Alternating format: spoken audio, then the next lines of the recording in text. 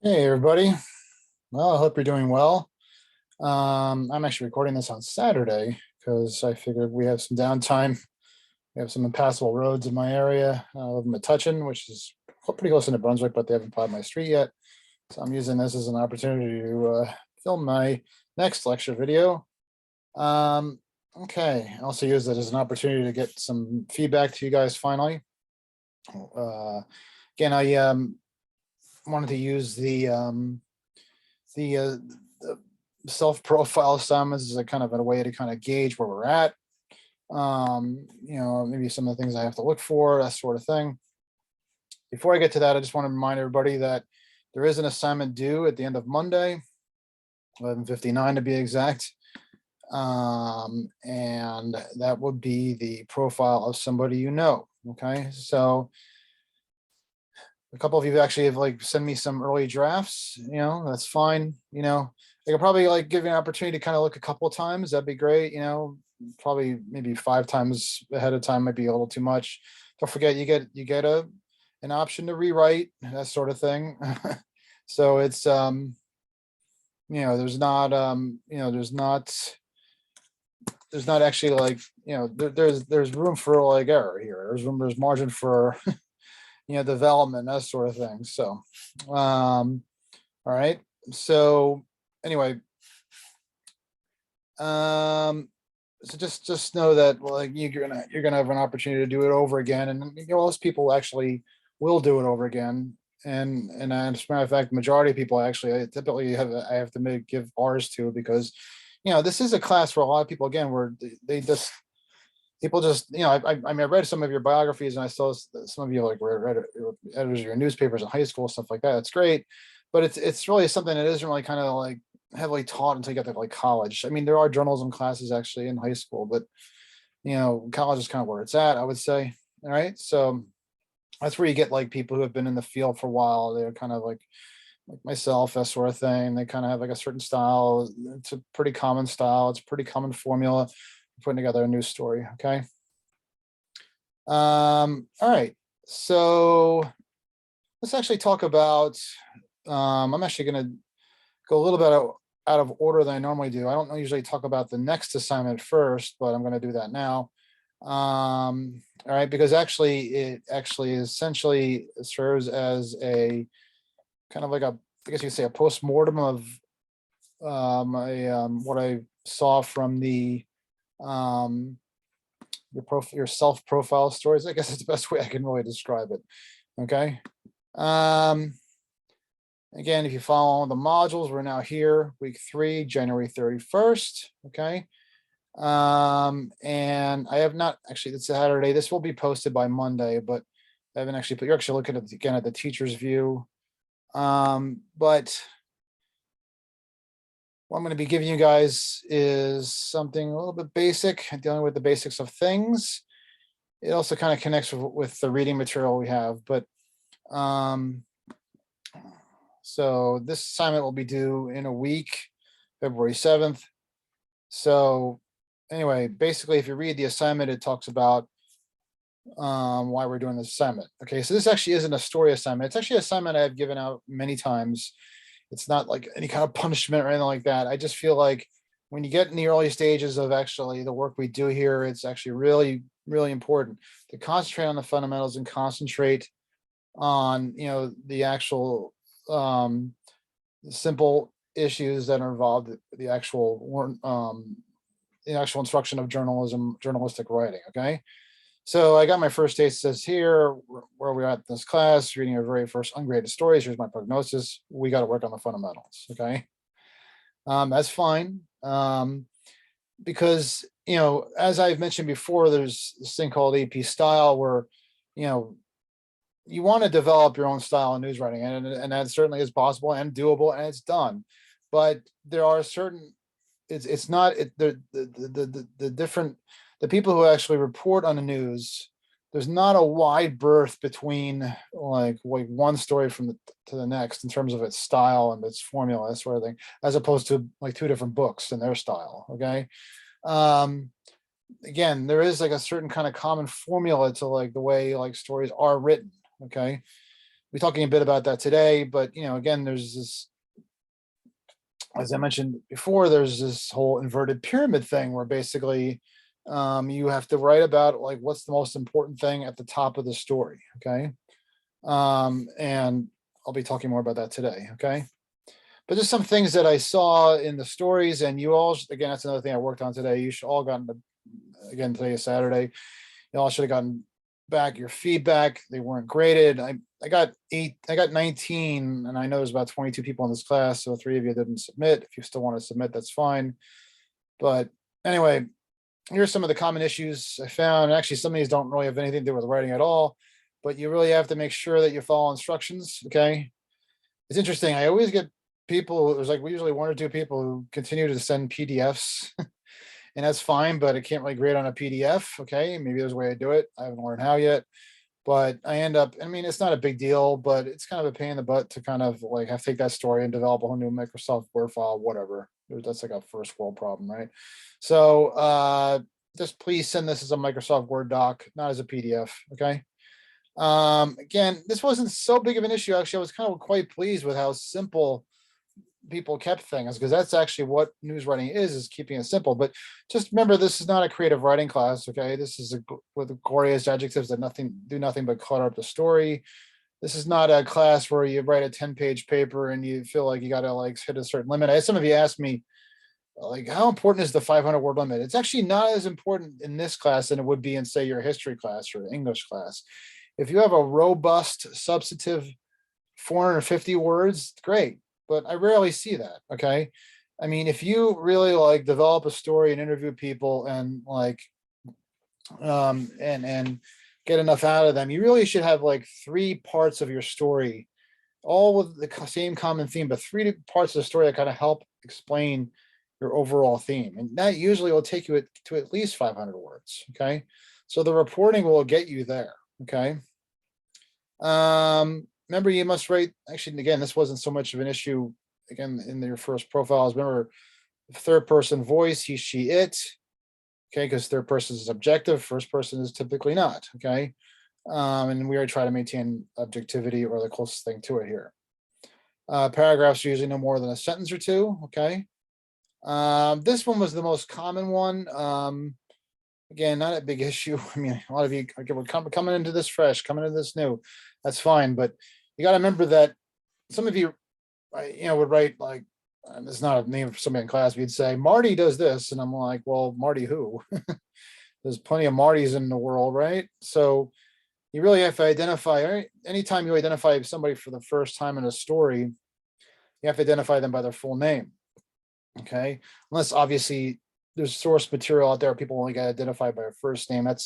We're not dealing with that. We're dealing with like, we're not dealing with sensitive information here necessarily. Okay, or somebody's trying to go anonymous, all right, or partially anonymous.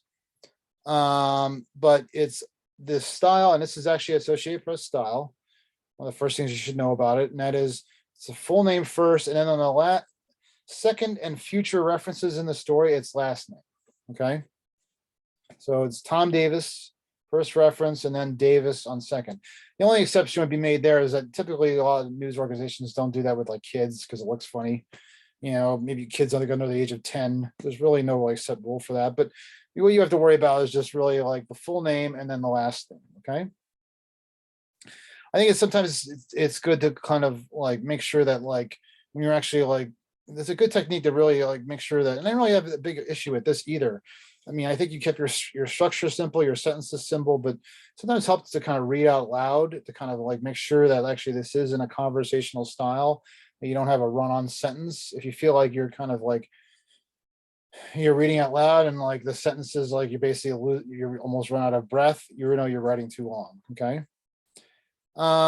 This was a big one, unique and new. Finding that in your stories. And I understand, I see this is fine. But the first thing you should know about a person is not necessarily what they're majoring in or that they're a Rutgers student or a junior or a sophomore. Okay. What you should know about is like, what makes them interesting, unique. And it's not always something like hang gliding or cliff diving or something like that. Okay. One of the examples I brought up is somebody who has been juggling a lot. Maybe they're involved it's not just like that they're involved in a job, but what makes it more unique is they're involved in a job, they have a full course load, and maybe they're involved in some organization or volunteer work all at once, and they're trying to juggle that. Not everybody, you see, that's actually a pretty unique thing that people will do, to have a college education job. It makes them very busy and maybe involved in an organization at the same time, or a certain hobby or interest like music. Okay. So you need to basically stay focused on that from top to bottom. Okay. And I'll actually bring out an example of that. Okay. Once you find that unique piece of information, you stick with it throughout the story. So those are the primary details of your story. Okay. Or is that unique information? Secondary information would be like something like some of the things I just mentioned. You mentioned kind of offhandedly, like you're a Rutgers student, you come from what town, you're majoring in this, you're how old. I mean, it's actually important to put that stuff in literate throughout the story. You want to know a person's 19 years old as opposed to 89 years old. If they were 89 years old and they're going to college, that would be certainly unique, right? So you want to know that. Okay. So this is actually what's going to be due on February 7th. And actually, this is actually, if you click on this, this is what you should see. I meant to actually click on this already. It's actually basically what I need you guys to do is do these worksheets. So this is actually not a story you're going to be doing, but it's going to be a, make sure I get this a little bigger.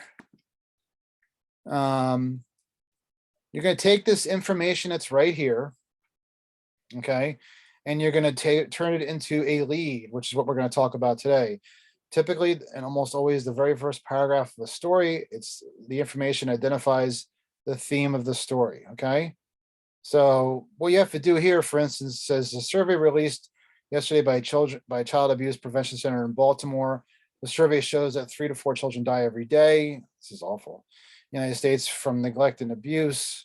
Statistics in the survey show that the number of child abuse or neglect cases reported at the end of the year rose from 2 million to 2.7 million from 2.5 million.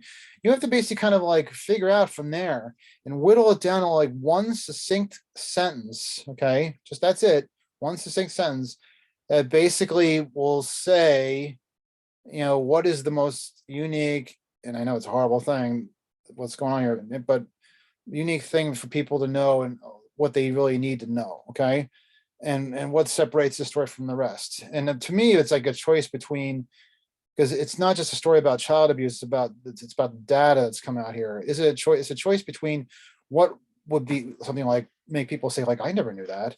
And, rising from 2.5 to 2.7 million, is that something that would be consider unique? Or is it the survey that 3 to 4 children die every day? That's horrible. Okay. So you have to kind of, that would basically be the substance for the sentence that would be your lead. Okay. All right. And you'll be doing this throughout. And again, what is a lead? Okay. So let's talk about that a little bit. Again, I've gone over a little bit of this already, but just to say lead again.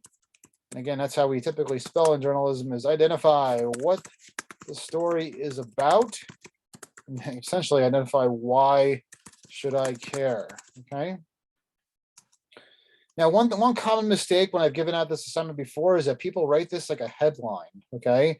A headline is a whole different craft. We don't do that in this class. We actually do that in my digital writing class.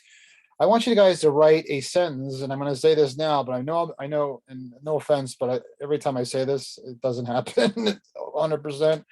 But a headline is written in a different style. Okay. It's actually, they call it headlineese. Okay. Where basically, and actually I'll show you right here. Oops.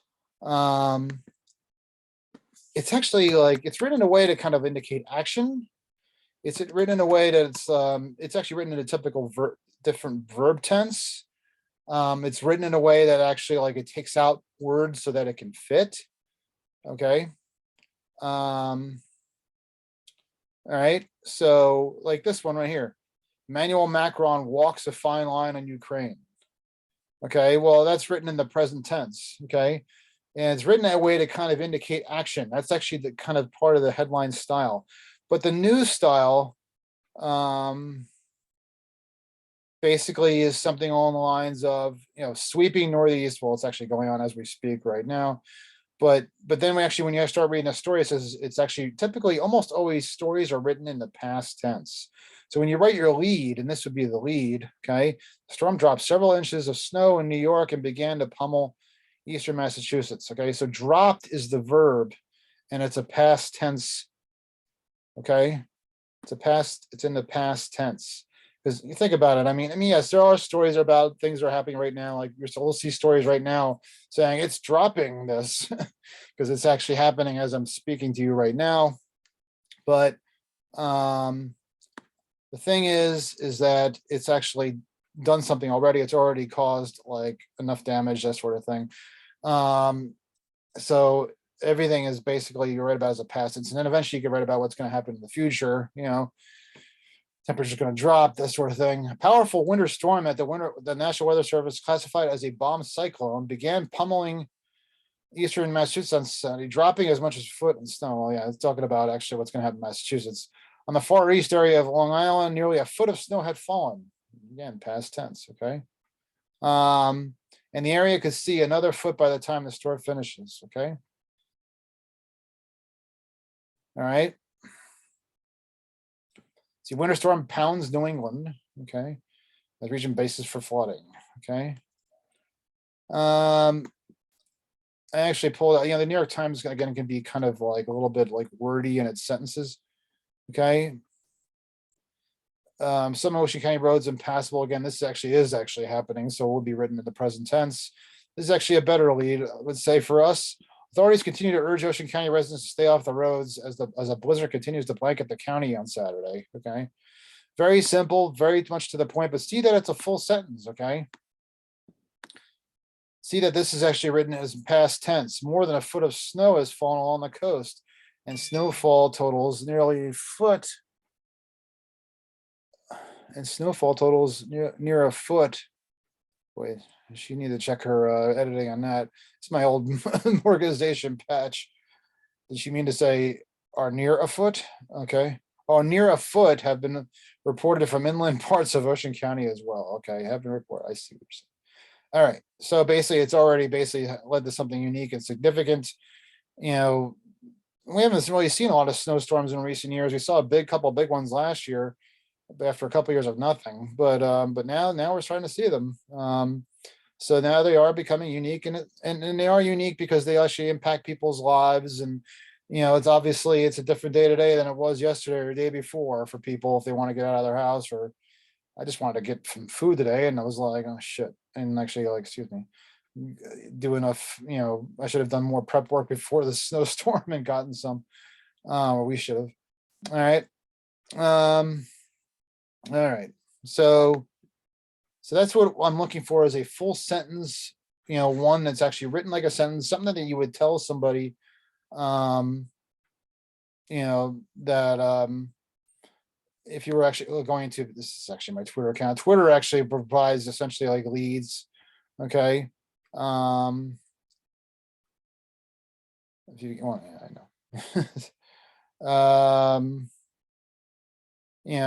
A lot of this is like old stuff. I'm actually looking for stuff that this is actually my Twitter account. Well, there's Barnegat. Barnegat sends this photo. I'm just trying to look for stuff that maybe would actually like, usually like the things that are written in essentially a tweet would be that data we've collected shows that our roads are getting more dangerous. Imagine what the data would show if we collected data on near misses. Okay. That's actually a councilman I'm touching, I believe. Anyway, all right. So let's look at one of the stories. And again, I'm not trying to like embarrass anybody here, but we're all about sharing here. Okay. And, basically the kinds of things I'd be looking for in a story. This is Taylor's story right here. She's in her second year at Rutgers. I'm glad that Taylor's at this point. That's great. But what I was looking for I thought was really interesting actually was that, and I think that there's something like right here actually, that she works as a server in a restaurant. She's also on a board of a charity. Okay. So that shows me right there. That's actually what I was getting at before, was that that's somebody who's actually juggling a lot and is actually probably, which is really commendable, and can even serve as an inspiration to people. So I would want to know more about that, I would say, and that really should probably be at the top. And it should probably be about juggling, you know, all that.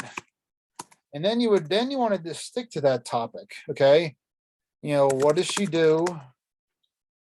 You get maybe a little more specific. Maybe how much time does it take? You know, you stick all on the same time. Why does she do it? Because, you know, basically she's like staying active, building up a resume, helps pay for school, whatever. Okay.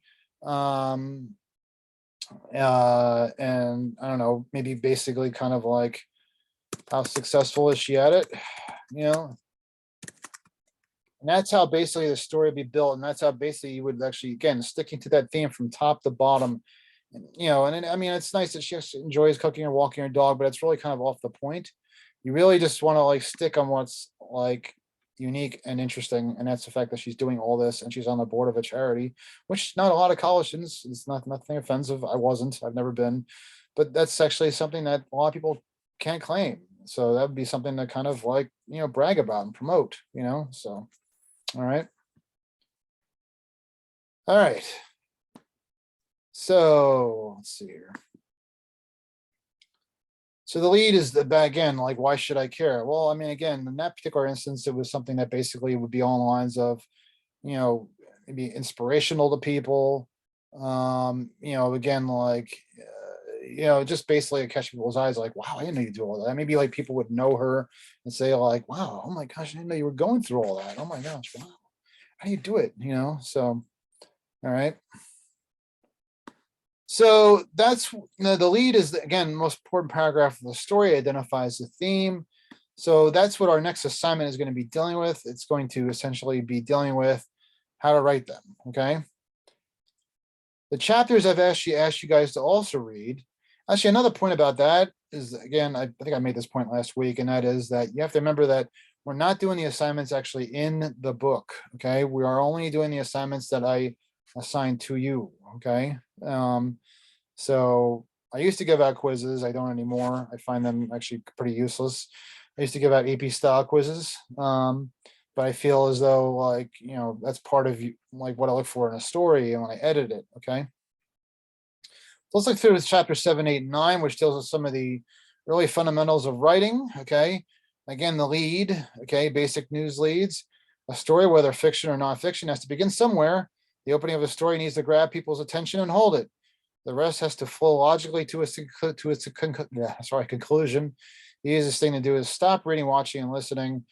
But the lead is basically gives you a reason to keep going. Now, again, most people only read like the first or second paragraph of a story, but your goal always is, I mean, while you're appealing to those people who only read the first or second graph, and it's essentially, again, it's like what they might see on, this, okay, that would be your lead.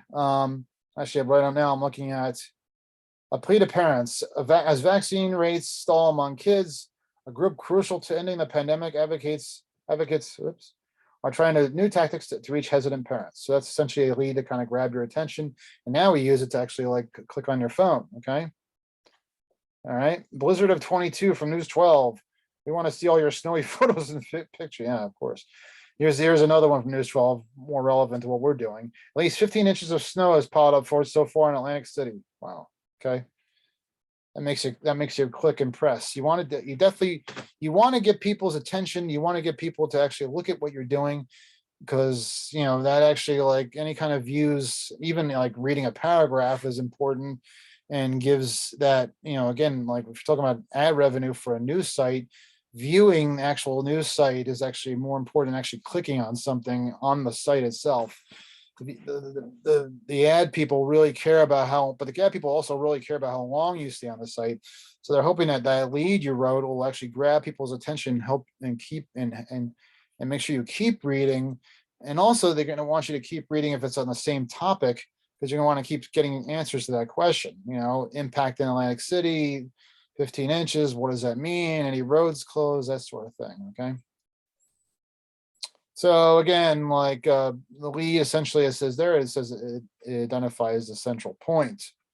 Okay. And yes, it does. This paragraph actually does suggest making an outline, which is a good idea. It doesn't have to be like the outline you typically do with Roman numerals or anything like that.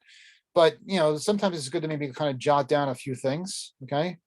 You basically write down like, what you're going to say in the first paragraph. Maybe just a lot of people actually sometimes will write the story and then the lead afterward, because it doesn't necessarily come to them unless they actually start writing things down. I like to say that actually like a news story actually is very much like or news writing or any kind of writing is really almost like an impulsive art. The very first time you actually put something down is like almost like what your impulse would be. That's when you're really a writer. But then after that, you're essentially an editor, because then you're actually editing and making sure everything makes sense, everything is accurate, focused, and clear, and you're essentially rewriting and getting things right. And basically, so putting things down like right off the top of your head, especially if you're working like on a news story, and making sure you got all the important points in the right order is important. Now, in this particular story, they say the victim and the injuries is usually like the most important thing in a story about like this one. A clerk was shot by a robber, because that's actually usually the first thing people care about. This maybe is somebody they know. Obviously, people have compassion. They want to know if somebody's been hurt. Unfortunately, there are people who are killed. They want to know about that. Okay. It's almost like a tie, like what's important here. Police identify suspect. They want to know if basically who that was too. I think they probably want to first know if somebody maybe their life is ended or if they're hurt. Again, if it's like, especially if it's a local paper, they might even know the person. And they want to know if the person's out on the loose too. So they'll be like questioning it. They'll be like looking for that too. Okay. We don't really deal with so much like deal with videos and audios and stuff like that. And photography. I mean, obviously, that's more of a digital media thing that I also teach. This actually also shows you different types of leads. Okay, a summary lead, basically like that's like something where maybe like maybe you have like a bunch of things happening all at once. Maybe you're covering like a council meeting. So basically, I also call it an umbrella lead, where you basically identify essentially like, you give essentially a sentence that essentially would sum up everything that happened in one common theme. Okay. Let's say there was a council meeting where three big things happened.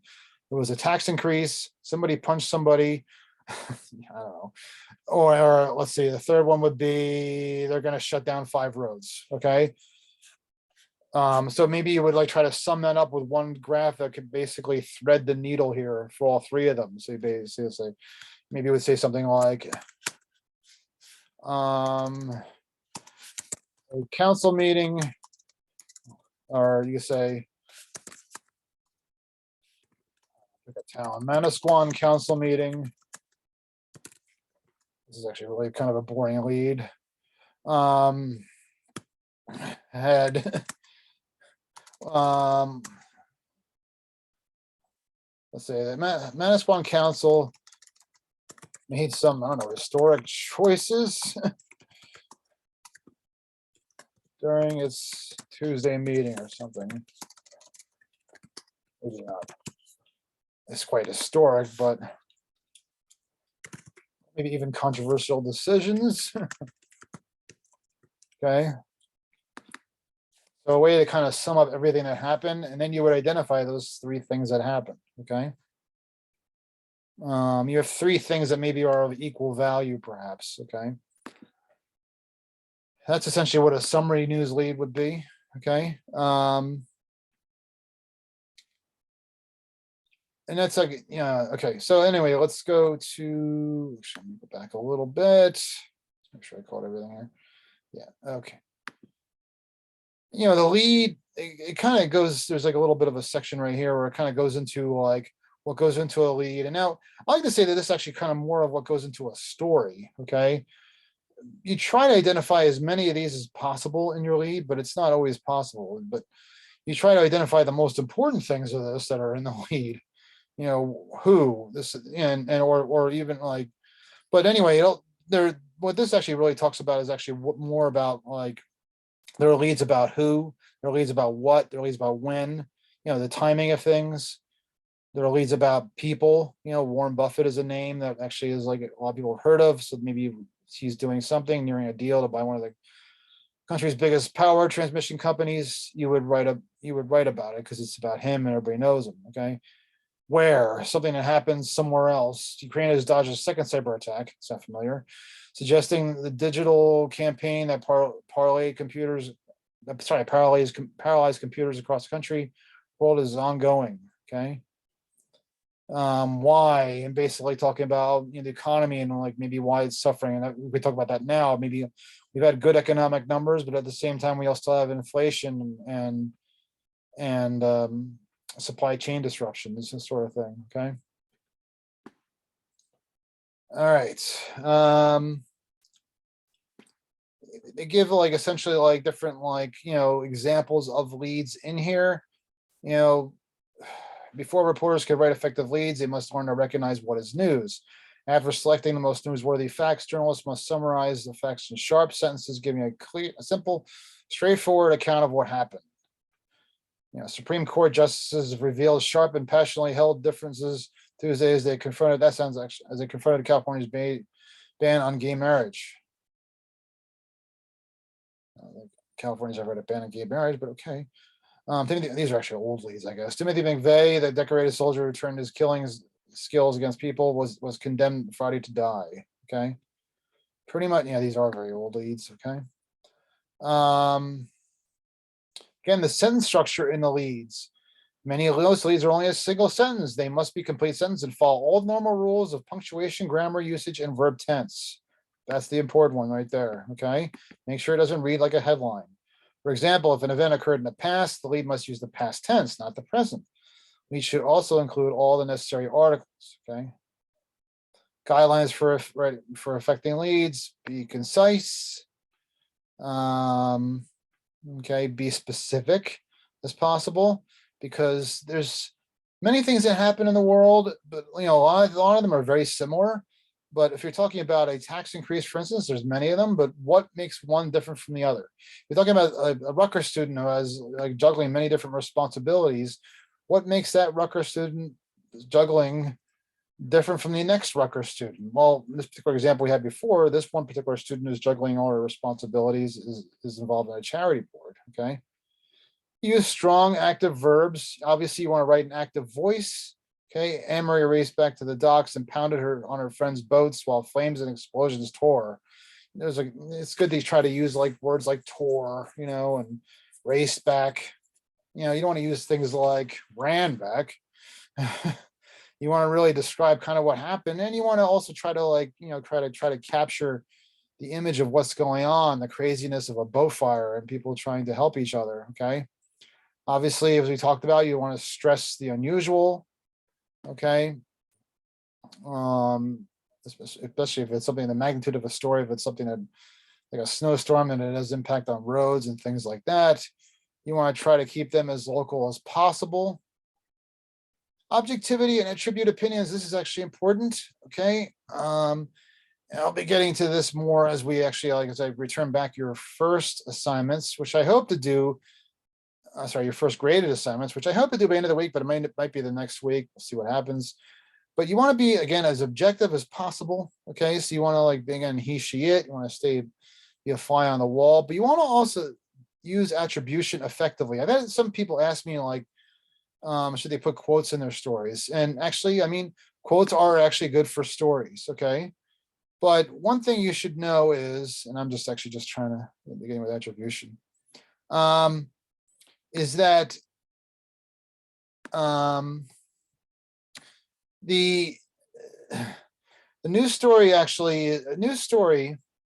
essentially is involves a lot of paraphrasing. Okay. Listing of details. Okay. It really is up to you, and this is probably something I'm going to basically, obviously this rest of this chapter talks about making sure that you don't exaggerate and you stay on facts. But what's really important for me to talk about, and that's that chapter, is that basically, when you actually do a story, is that you are actually the writer of the story. I usually see early on, especially early on, I see too heavy of a reliance on quotation, on quotes. That means basically,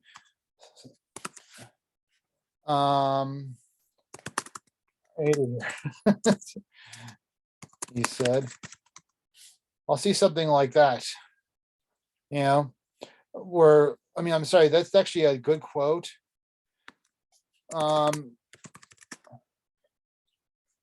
But there's a difference between basically like, the proper use of quotes. Quotes actually shouldn't actually really appear too much in your story. They're good for the story. They should be woven into the story. Things between the quotation marks basically is what I'm talking about. But they really only should like be there to kind of represent, first of all, they should represent somebody's human emotion. Maybe something they say that's quippy or catchy or whatever. But if it's something informational, like this, for instance, the class is relying too heavily, on quotes in their stories. That's actually kind of a bland sentence, but it's an important information. Okay, it's actually not something that's happening yet. Okay, so I don't really know, but putting this in quotes is not important. The problem is a lot of people actually skip over quotes when they read them. They feel like they're not really necessary. Even if they're kind of high in the story, they don't feel like they're really necessary. So you really want to make sure that actually like most things are actually paraphrased because people will read them. Another thing is actually when people actually talk and you quote them, a lot of times they actually not are speaking in catchy, quick ways. Okay, they're talking in kind of rambling ways and that sort of thing. They're actually hard to read. So that's why you actually like will paraphrase things. You know, if you actually paraphrase this, you could say something like uses quotes too much. You can actually use your own writing to actually like cut down the sentence and make it more succinct. Okay. Just like I just did. Okay. All right. And again, it's too early for me to actually make this assessment. I'm probably using this from prior classes. Okay. So that's why we actually paraphrase because what you need to do in a class set, what you need to do in your news writing is basically this. You need to be an interpreter of what people are saying, not a stenographer. Okay. See too much stenography. Yeah, I misspelled it right. Not a stenography. We see too much stenography, to be honest with you, in journalism these days, where they just pretty much just write down what politicians say, like people like Trump and whatever, and they just regurgitate it, and they never really kind of like analyze or really kind of like interpret in a way like basically say what's really going on here, or try to balance that opinion with like another opinion from or another fact or statement that might actually kind of like help balance the material that's actually given. Okay, I always tell people that actually when you're actually like getting information for a story, it's better to really listen. When you're actually sometimes when you're actually like taking down information for a story, it's actually better to listen and not even write things down before until you actually really get an idea of what's actually being said in the interviews. Okay. All right. So it's better to really kind of listen. Okay. I always tell people like when you're actually doing a story is to then internalize. Okay. And then when you're actually taking the notes, then you write, but you summarize. Okay. And then you maybe the only time you really write down like notes is when you write down notes that are actually word for word, because maybe it's a quote like this one. Okay. You want to make sure you got that quippy good quote that actually captures emotion. It is good to humanize a story with some quotes in it. Okay. Actually really is an important point to make about this is because I remember when I had a student, it was when I was in psychology back when I was in at a psychology student, or I didn't teach psychology. I was in class psychology with another student. She wrote down everything that was ever said by the professor, but we got better grades than her because we would borrow her notes and actually read them, because sometimes we miss class. Oops, sorry. And but she actually wasn't really listening to what was being said. She was just writing down everything. So it's better to really kind of understand what you're doing and what's being said. Okay. All right. So let's go to the next chapter. I mean, some of this stuff kind of leaps into stuff that like I don't really get into deeply yet. I'm sorry, just taking a little bit of time here. And again, this is all stuff we don't do in the class. Okay, these are all assignments. Alternative leads. This is actually like news reading I gave out. This is actually something I gave you this as like something to kind of just basically kind of contrast But again, the alternative leads are essentially like leads that would be on feature stories, where basically you would have like essentially like, maybe take a little bit of a flair, maybe you would, maybe there's leads that sometimes are like really long, okay? You know, that's actually more for like feature stories, okay? Which we won't really get into in this class, okay? So, all right. There's also like, kind of like writing. I'm kind of trying to show you like, basically, buried and delayed leads. That's actually where you basically are writing a story, where you don't really necessarily know. Actually, it's a suspenseful way of actually like giving people like, you know, information. Okay. Quotation leads. I'm actually not a big fan of quotation leads. Sometimes people will do that, because again, the whole idea is actually quotes aren't actually really supposed to be necessarily like the most understandable things in the world. Okay. Especially nowadays, actually, like most, most news stories actually will, um, this just kind of giving you like some other ideas where other leads are out there. Most news stories actually now are written in a much more compressed fashion. That's essentially what a digital news story will be. It actually is written in a way so that the lead again can be taken and used as a Twitter feed. Okay. Something that just basically gives you the information you need to know so you can get it and decide whether you want to move on or not. Okay. Or click on that story. Okay. All right. So chapter 9 deals more with the body of the story. Okay. So beyond the lead, you have essentially the body, like you would call, like you would have like in your typical common essay stories. This story essentially, this chapter talks about obviously the importance of actually, um, you know, organizing information. And again, the best way to kind of organizing information is actually the inverted pyramid. Look, the inverted pyramid is, I always believe, is kind of like a little bit of a misnomer sometimes, because I feel like, yeah, I'm actually like, I have to, hold on one sec. Not actually here we go, it's right here. Okay, let me get this a little bigger here. All right, so this is the old basic formula that's used for overall formula is used for a news story. I gave you like a basic formula before that the lead is the lead, and following that is answering the questions who, what, where, how, why, when. But the basic overall structure to a story essentially is what they call the inverted pyramid, or really the upside down triangle. And the reason why it's done, again, I've kind of gone over this a little bit before, but just to kind of reemphasize, basically the fat and basically the old theory here is, and then even the new theory is, that the most important stuff again goes at the top of the story, and that's why that's the fat end. Okay. And then basically what the idea is that like what goes down in the story is as you go down the story, less important stuff comes in, like that crime story I showed you guys before. What's probably the most important thing in a crime story? Are people hurt?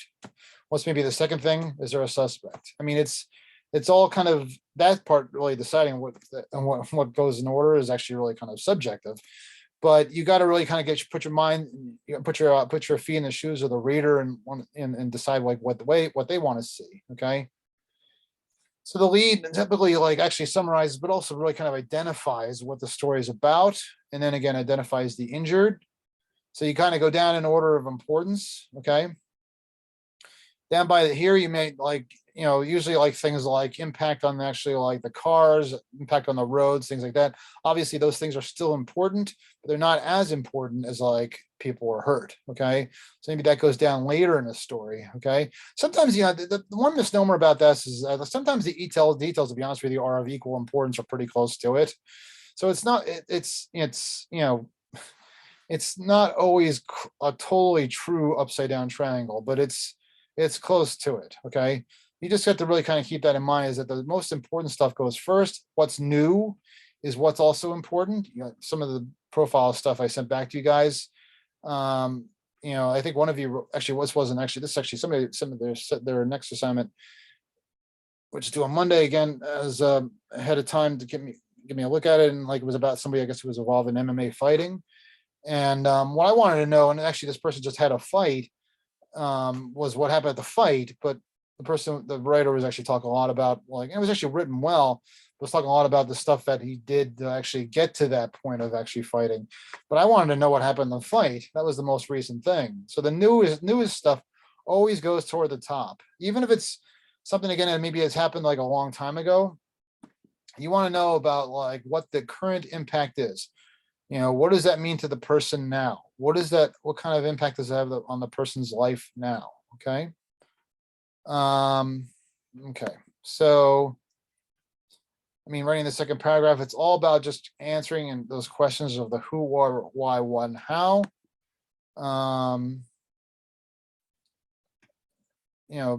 Background. Now, background is something that is basically what happened a while ago and what led up to, what's going on now. So basically, oops. Yeah.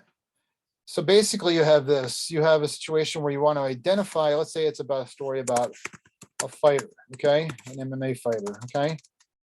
You want to know like what that person is doing now.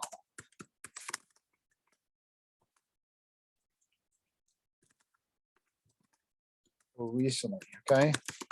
And you want to get into the who and the what and the where and the why.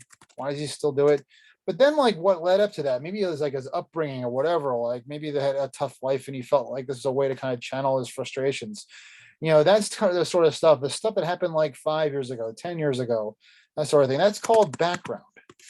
And that typically goes at the bottom of the story because it's not new. It's actually not the most important thing. It's actually, I mean, many things could have happened since 2015, okay? Or whatever year, okay? So, we want to identify like what happened since then first. The background is important because it helps fill in the details of the person's life or style or whatever, or what makes the story unique. But it goes to the bottom of the story because it's not the newest thing, okay? So you want to really kind of keep that in mind. Like background is important, but it usually goes at the bottom of a story. Okay. Okay, just kind of going through here. I mean, they kind of give you also some like alternatives to the actual inverted pyramid, but it's typically done in an inverted pyramid style. Okay. Okay. I mean, the focus part goes to like what I've talked about with the string theory. And that is making sure that you stay on the same topic from top to bottom. I don't really like to kind of rely on the book too heavily here, as you already know. Okay, it gives you some examples of how people basically do like stay focused on the topic at hand. Transitions. Okay, we'll be getting into that more as we go along, but actually give you a little bit of a preview of like, okay, so inside of that actual inverted pyramid is actually there's an exoskeleton, right? And then there's actual skeleton, okay? And that's essentially like what's inside the inverted pyramid and how things are done in order, okay?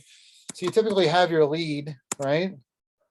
Or basically it's something along the lines of, let's say it's an overall topic about like many people don't like the food at Rutgers.